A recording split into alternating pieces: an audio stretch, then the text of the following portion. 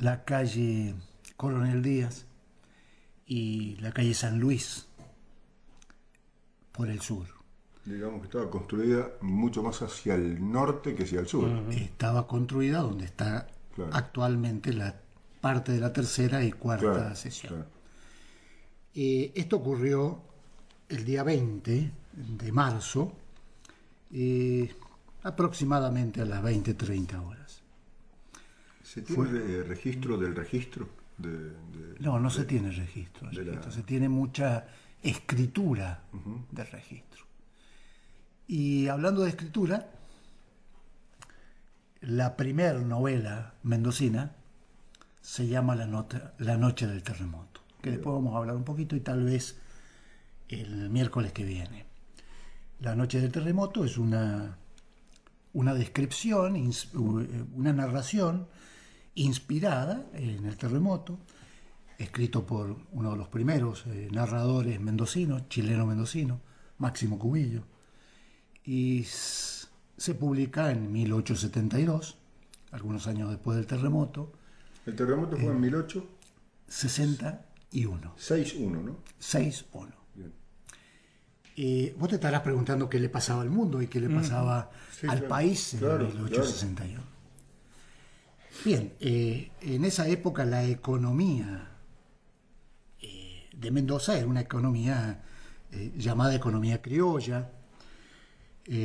Habíamos dicho que Mendoza era llamado el potrero de la Confederación. La vitivinicultura había caído a principios de siglo y se recupera recién a fines del siglo. Pero ¿qué le pasaba al país? Convengamos que el país estaba haciendo los grandes esfuerzos, entre comillas, para constituirse en nación, para constituirse en este Estado que a partir de Mitre en adelante, mal o bien, se constituye como nación. En la época del terremoto todavía existían las pulseadas entre el interior y Buenos Aires, todavía existía la Confederación, estaba decayendo la Confederación, y estaba tomando protagonismo el liberalismo mitrista, se estaba consolidando, que consolidado de Buenos Aires, del puerto. Son menos de 10 años, es decir, el terremoto ocurre en menos de 10 años de la Constitución, claro. En un país muy joven. Claro. Exactamente. Por otro lado, la Constitución no empieza a funcionar en 1853. Claro. Lo que sí sabemos que la Constitución de Mendoza se hace inmediatamente después. O sea, en 1854 Mendoza ya tiene su Constitución. Esta Constitución tiene que ver con Alberdi y tiene que ver con... Sí, mencionó lo de la Constitución como para dar un punto de juventud, digamos, referencia a la juventud del país. Pero materialmente el terremoto tiene connotaciones de desastre nacional, y es el terremoto más grande y más fuerte que se conoce en la historia del país. Mendoza te contaba... ¿Hasta ese momento o lo decís así en general? No, es hasta ese momento. Lo que pasa es que después, las construcciones que vinieron después, las construcciones antisísmicas, hicieron que de alguna manera no se notara tanto. Sí, los efectos fueran menores. Exactamente. Claro, está bien. Mendoza tenía un poquito más de 13.000 habitantes, la ciudad. Y después del terremoto se contaron, salvados, sobrevivientes, 3.000 habitantes. Cifras más, cifras menos, muertos ahí en el terremoto o algunos años después, por las consecuencias del terremoto, fueron 10.000 muertos, nada más que en la ciudad de Mendoza. ¿Quién gobernaba Mendoza para el terremoto? Un sobrino del fraile Eldao, Laureano Nazar. Laureano Nazar fue el último gobernador federal que tuvo Mendoza. Hay allí muchas críticas a Nazar, algunas antes, ya voy a explicar dónde, y algunas después. Tenemos que recordar que a Nazar se le mueren 3 hijos en el terremoto, que estaban en la casa de gobierno frente a la plaza en ese momento. Él se desespera bastante. La noche, el terremoto es ruido, destrucción, muerte, gritos, posteriormente incendios y posteriormente la inundación. El río de la ciudad se quiebra, se tapan los canales, se tapa el zanjón y se inunda la ciudad.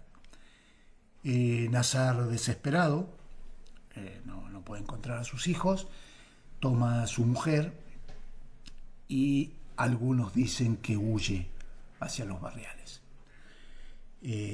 Otros decimos que no quedaba otra alternativa que disparar hacia el campo porque la catástrofe era grande. Él vuelve 2 días después, intenta hacerse cargo de la ciudad que estaba totalmente en silencio y que había sido, encima de destruida, saqueada.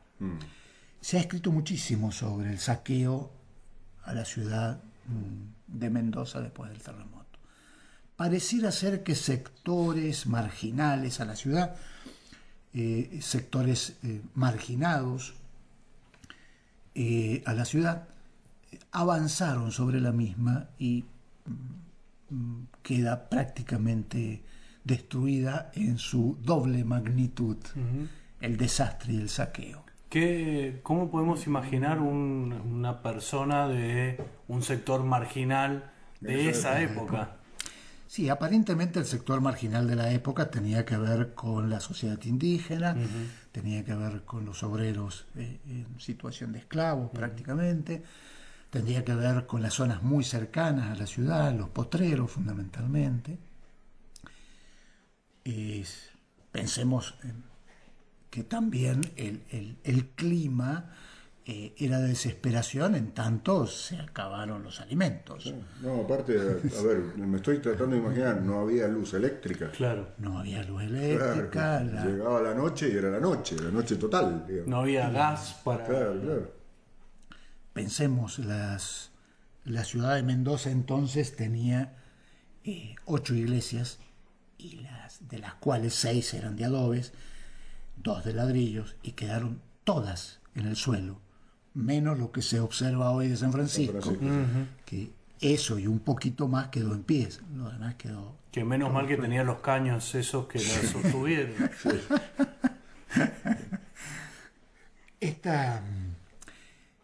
Acontece allí un fenómeno importante, y el fenómeno importante es que también estaba en crisis la ciudad de San Juan.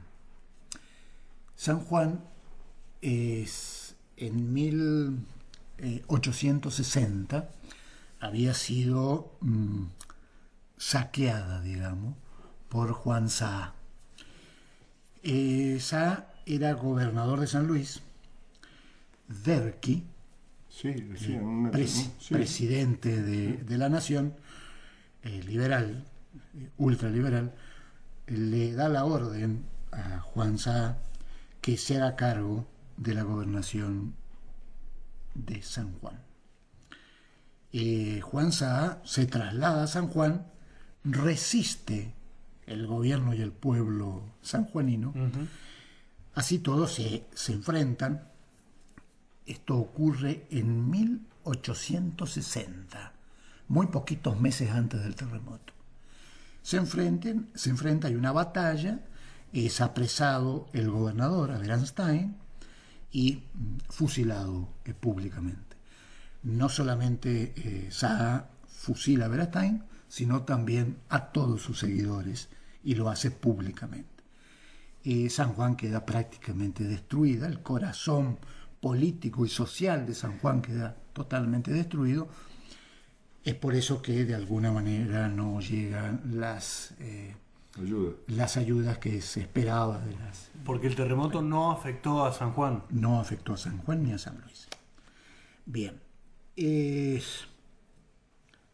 Digamos que... Juan Sá es...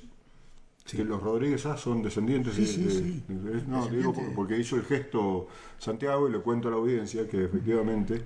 Desde aquella época... Sí. Hay más Sá dando vuelta por el mundo. Sí. Digamos que después de Derqui Derqui renuncia cuando se arma este conflicto morboso en San Juan. Derqui renuncia a la presidencia y asume el vicepresidente la presidencia de la nación, que es otro puntano, el general Pedernera. Asume la presidencia de la nación y muy poquito tiempo después, se produce el pacto definitivo de la Confederación con Buenos Aires y la nación comienza a vislumbrarse como un Estado unificado. 1862 puede ser. Claro, 1862, 1863, 1864. Pero ¿qué ocurre en 1862? Aparece la figura descollante de Mitre y ya en las fuerzas armadas, digamos, había enfrentado a Urquiza. Primero había pactado, después se enfrentó, después ocurre, bueno, acuérdense, acordémonos, Cepeda, Pavón, claro. Pero a partir de allí ya Mitre pasa a ser la figura número uno, la claro. figura más importante del number one. Exactamente. Sí. Es primero Mitre, sí. Posteriormente Sarmiento, sí. Y más tarde Avellaneda. Con Avellaneda aparece la famosa ley Avellaneda, la ley de la inmigración. Sí. Los inmigrantes, se abre este Estado ya liberal, apaciguado, entre comillas, al comercio internacional, y viene la primera oleada inmigratoria, sostenido por leyes de inmigración que son las que aún todavía se conservan. Sí, es una entrada al capitalismo global, digamos. Es una entrada al capitalismo global, exactamente. Ahora, quisiera decir algunas cosas más. Y está relacionado a lo que mencioné al principio con la literatura. Sabemos que la literatura mendocina tiene 200 años. Si la vamos a llamar aquella literatura que tiene raigambre inspiradora en nuestra provincia. Las temáticas, claro. Temáticas, contenido, claro. Una cosa social. Primero es la poética, que nace 20, 30 años antes. La poética con Juan Gualberto Godoy. Juan Gualberto Godoy canta la Revolución y canta antes de 1810. Pero la narrativa viene un poco después, y la narrativa se hace presente con un famoso sainete relacionado con lo que hemos estado hablando. Es un sainete político sobre el gobierno de Nazar. Esto lo hace un primer narrador, que se llamó Leopoldo Zuloaga. Cerca del Hospital Central hay una callecita que se llama Zuloaga, y es en conmemoración a este narrador, a este primer escritor. Él escribe un poema, un famoso poema que se llama El Sereno, y que es una indignación que tiene Zuloaga contra el pueblo mendocino, porque no se levanta frente a la pasividad de el gobierno o el gobernador Nazar. una partecita de este poema, lo voy a leer, bastante conocido, pero bueno. Dice el poema de Zuluaga: duerme pueblo a tu placer, sin recelo ni aflicciones, ya en la calle no hay ladrones, se treparon al poder.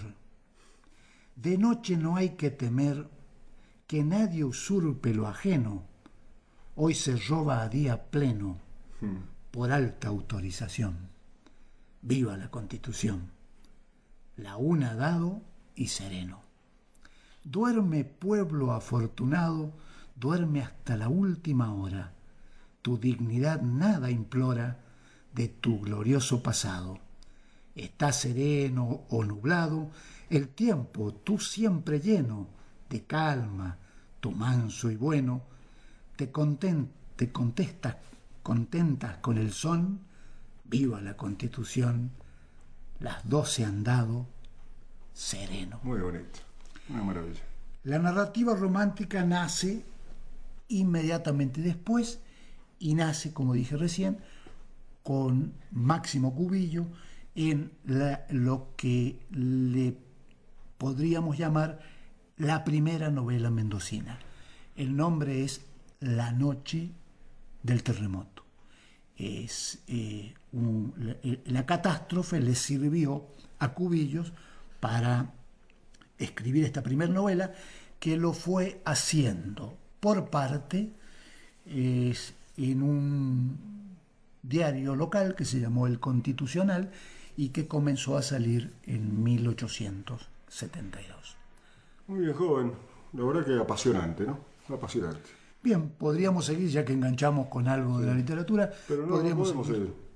No, digo que podríamos seguir en la próxima con la historia de la literatura mendocina o parte de la historia de la literatura mendocina. Sí, maravilla, claro. Bien. Sí, señor. Bueno, nos vemos el miércoles.